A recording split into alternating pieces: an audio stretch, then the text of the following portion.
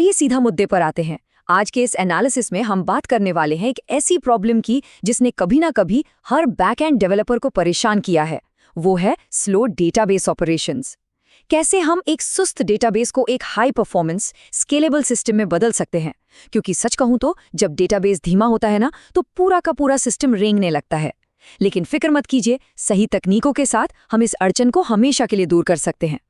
तो इस चर्चा में हमारा रोड मैप कुछ ऐसा रहेगा।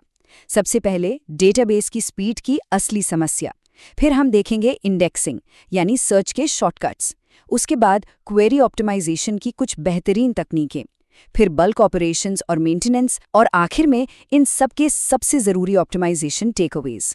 भाग 1, डेटाबेस की गति की समस्या। जब हम डेटाबेस से डेटा फेच कर रहे होते हैं तो सबसे बड़ी रुकावट यहीं आती है।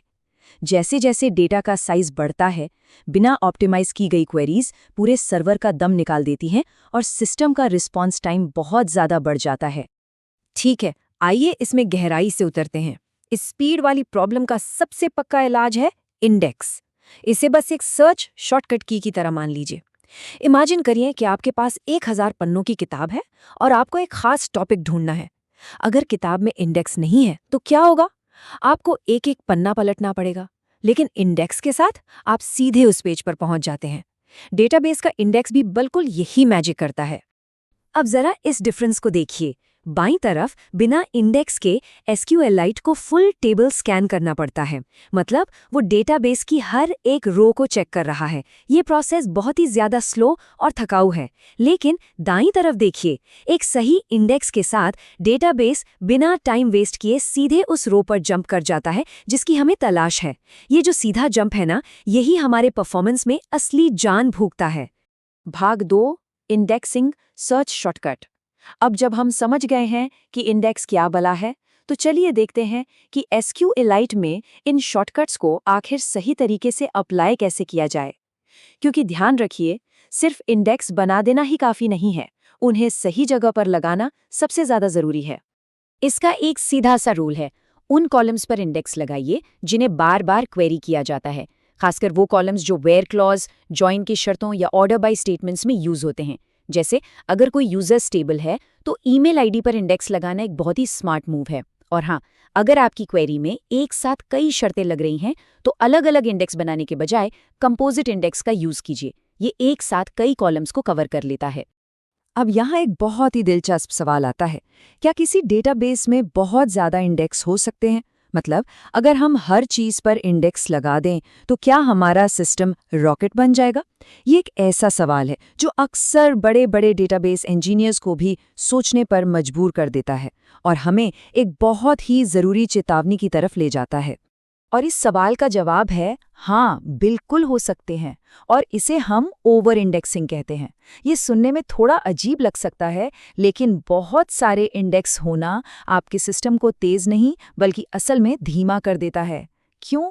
क्योंकि जब भी आप डेटाबेस में कुछ नया डालते हैं, अपडेट करते हैं या डिलीट करते हैं, तो डेटाबेस को सिर्फ मेन टेबल ही नहीं बल्कि उससे जुड़े हर एक इंडेक्स को भी अपडेट करना पड़ता है।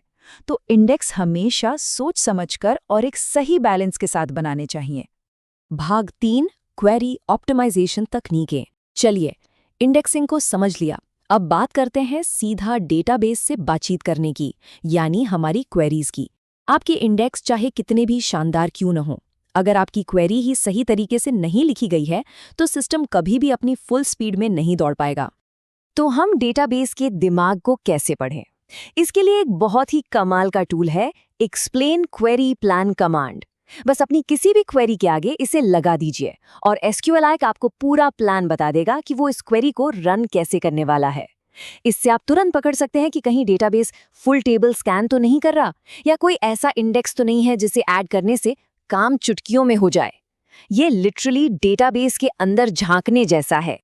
अब इस स्लाइड के बारे में जो सबसे दिलचस्प बात है वो ये है कि एक छोटी सी आदत कितना बड़ा बदलाव ला सकती है। बाईं तरफ देखिए, यहाँ सिलेक्ट स्टार का यूज हुआ है। ये टेबल का हर एक कॉलम उठा लाता है, चाहे आपको उसकी जरूरत हो या ना हो। ये पूरी तरह से नेटवर्क और मेमोरी की बर्बादी है। वहीं दाईं तरफ हमने सिर्फ वो कॉलम्स मांगे हैं जिनकी हमें असल में जरूरत है, जैसे आईडी और नेम। सिर्फ काम का डेटा मांगने से आपकी क्वेरी बहुत हल्की और एकदम फास्ट हो जाती है। इसके अलावा भी कई छोटी छोटी लेकिन पावरफुल तकनीकें हैं, जैसे अपने डेटाबेस स्कीमा को नॉर्मलाइज रखना ताकि एक ही डेटा बार बार रिपीट न हो। इसके अलावा बार बार रन होने वाली क्वेरीज के लिए प्रिपेयर्ड स्टेटमेंट्स का इस्तेमाल करना एक गेम चेंजर है। ये ना सिर्फ डेटाबेस को बार बार स्ट्रिंग्स बनाने की मेहनत से बचाता है, बल्कि ये आपको एसक्यूएल इंजेक्शन जैसे हैकिंग अटैक से भी सेफ रखता है। और हाँ, एक साथ बहुत सारा डेटा मंगाने के बजाय हमेशा लिमिट और पैजिनेशन का यूज करें। भाग 4 बल्क ऑपरेशंस और रखरखाव।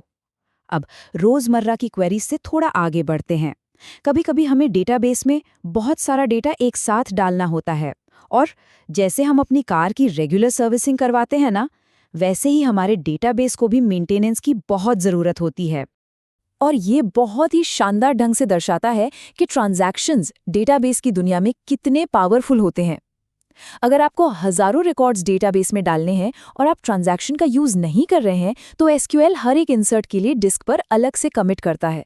ये बहुत ही स्लो प्रोसेस है, लेकिन जब आप इन सारे ऑपरेशंस को एक सिंगल ट्रांजैक्शन के अंदर एक साथ बल्क में रैप कर देते हैं, तो स्पीड में जो उछाल आता है वो देखने लायक होता है।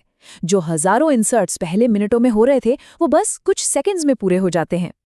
और अगर हम डेटाबेस की हाउसकीपिंग या रेगुलर मेंटेनेंस की बात करें, तो ये दो कमांड्स आपकी बेस्ट फ्रेंड्स हैं। पहली है वैक्यूम। वैक्यूम ये डेटाबेस को डीफ्रैगमेंट करती है और फाइल का साइज कम कर देती है, जिससे डिस्क स्पेस भी बचता है और परफॉर्मेंस भी तेज होती है। दूसरी कमांड है एनालाइज। एनालाइज ये क्वेरी प्लानर के स्टैटिस्टिक्स को अपडेट करती है। जब डेटाबेस को एग्जैक्टली पता होता है कि टेबल में कितना और किस तरह का डेटा है, तो वो क्वेरी को रन करने का सबसे बेस्ट और तेज प्लान बना सकता है। भाग 5 मुख्य ऑप्टिमाइजेशन निष्कर्ष। तो हमने इंडेक्सिंग देख ली, क्वेरीज को ऑप्टिमाइज करना सीख लिया, बल्क ऑपरेशंस और डेटाबेस की सफाई के बारे में भी बात कर ली।